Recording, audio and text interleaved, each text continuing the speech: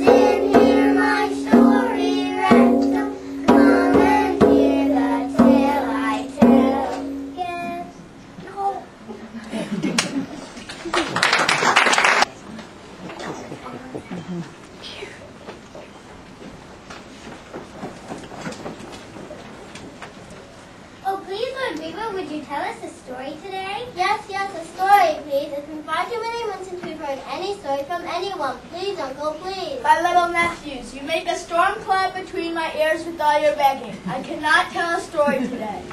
Why not, Uncle? We've been taught. Today is a warm day, nephews. I have told you many times what will happen if I tell a story on a warm spring day.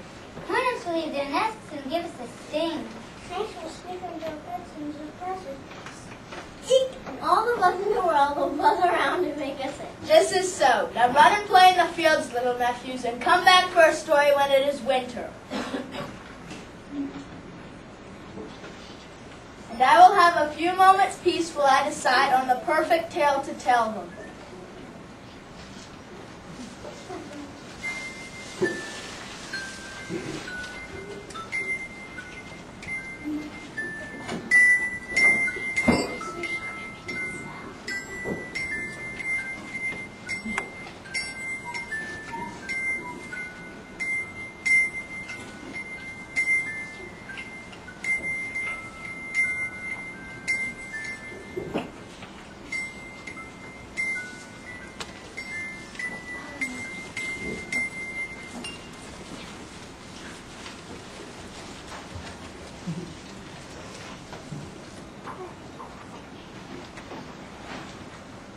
How about now? Now it is really and truly winter, Lord Weaver, dear Uncle, and we need to be out of the cold hearing a story. A story, you say? Yes, a story, please. Well, I might know one or two. Perhaps a story about our good friend Bear. Yes, we love old Bear. Tell us the story. Let me see if I can remember the tale. Oh yes, the tale of the tail. Perhaps you have noticed, nephews, that the friend Bear has a very little tail. In fact, you can hardly see his tail at all. But that was not the way it always was. Once, many springs and winters ago, friend Bear had a long, shiny black tail. He was very proud of it and liked to swish it around just to impress his neighbors.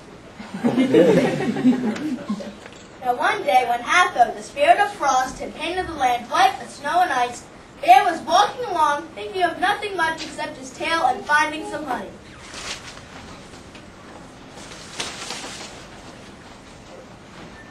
I sure do wish I could find some honey, but at least I have this beautiful tail. But who should come rushing up to meet him but our friend's sister Wind. Hello, Bear. Bird, that must be my friend Wind. Yes, Brother Bear, it is I, Wind. How do you find yourself today?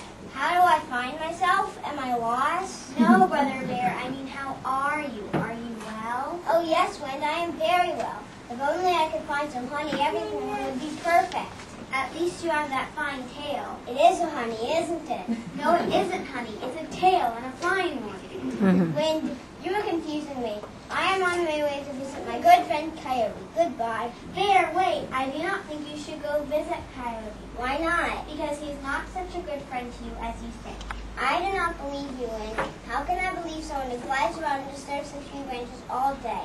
Someone who never works or hunts. Coyote is my friend, and I am going to see him. Hear me, Bear. I fly here and there, and I see many things. And I tell you that one day when I whistle in your ear, on that day you will know that Coyote is not your true friend. He will trick you, but if you will not listen, I'll blow away. Now goodbye. Bear should have listened to Wind Nephews because she is wise. Bear went straight to see his friend Coyote, who cut a hole in the ice and was pulling up fish as fast as he could. Ah, look who comes here. It is Old Bear with his fancy tail. I am so tired of hearing about it. My tail is beautiful and gray. His tail is nice, but it's nothing as special. I think I feel a trick coming on. Yoo-hoo, Coyote. My, look at all the fish you have caught. You will not be hungry all winter. My dear friend, Bear, how funny it is that you should pop up just now. What should I do? Why, I am a bear, not an eagle. I mean, I was just thinking about you, wishing that I had a long, beautiful, talented tail like you. Oh, Coyote, thank you. It is beautiful, isn't it? Oh, yes, it is. Here's how I am going to use my paws to catch these fish, and I am doing pretty well, as you can see. But what if I had a scaled tail like yours? I could catch enough fish to last the whole winter and into next spring. I could use my tail to catch fish. What a good idea. Why didn't I think of that? You think I could? Indeed. I have part of my own tail, but it isn't nimble like yours. It's so bushy it's hard to control. Yes, I noticed that about your tail. Though it is pretty and gray, it lacks a certain, I don't know. Oh, Bear, don't trouble yourself and think. Let's just go to a fresh part of the lake and you can fish. A fresh part of the lake? Now I'm going to fish right here, in this spot. And it must be harder to fish right here. Oh, no, Bear, I can fish in this place. Come with me. Here we are. Bear, do you think you could punch a hole in the ice with your mighty fist? Of course I can. Perfect. Now turn around and put your tail in the ice until a fish nibbles it. Then jerk it out. You'll have all the trout and perch out of the lake in an hour. Will it hurt when the fish nibble? Hurt! Such a mighty tail as yours. You are too funny, Brother Bear. Why, you will hardly feel it. Then how will I know when to jerk my tail out? Let's see. I know. I will hide over there behind that tree and watch you. When I see your tail go slightly down into the water, I will shout, "Pull up, Bear." Are you sure you do not mind? Oh no, Bear, I consider this an honor. Now sit ever so quietly. Do not make a sound or you will scare the fish away. Do not even think fish thoughts that they will know you are here.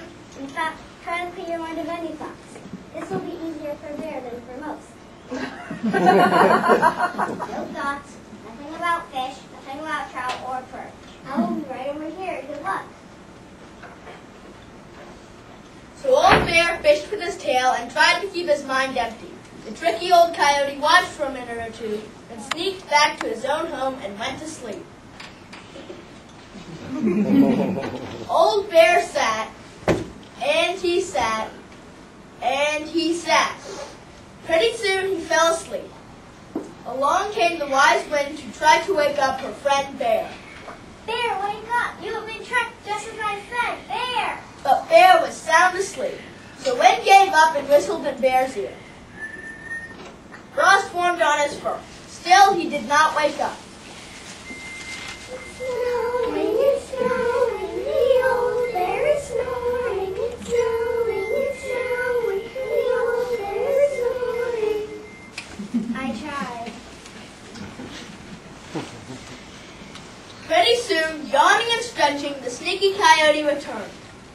He spotted Bear with his tail stuck down in the ice, and he began to laugh. He pointed and laughed some more. He went over to Bear and said the one thing Bear was waiting to hear. Bear, pull up! Bear woke up. He whirled around. He tried to pull his tail out of the hole in the ice, but guess what, nephews? There was no longer a hole there. The ice held his tail firmly. It was frozen solid.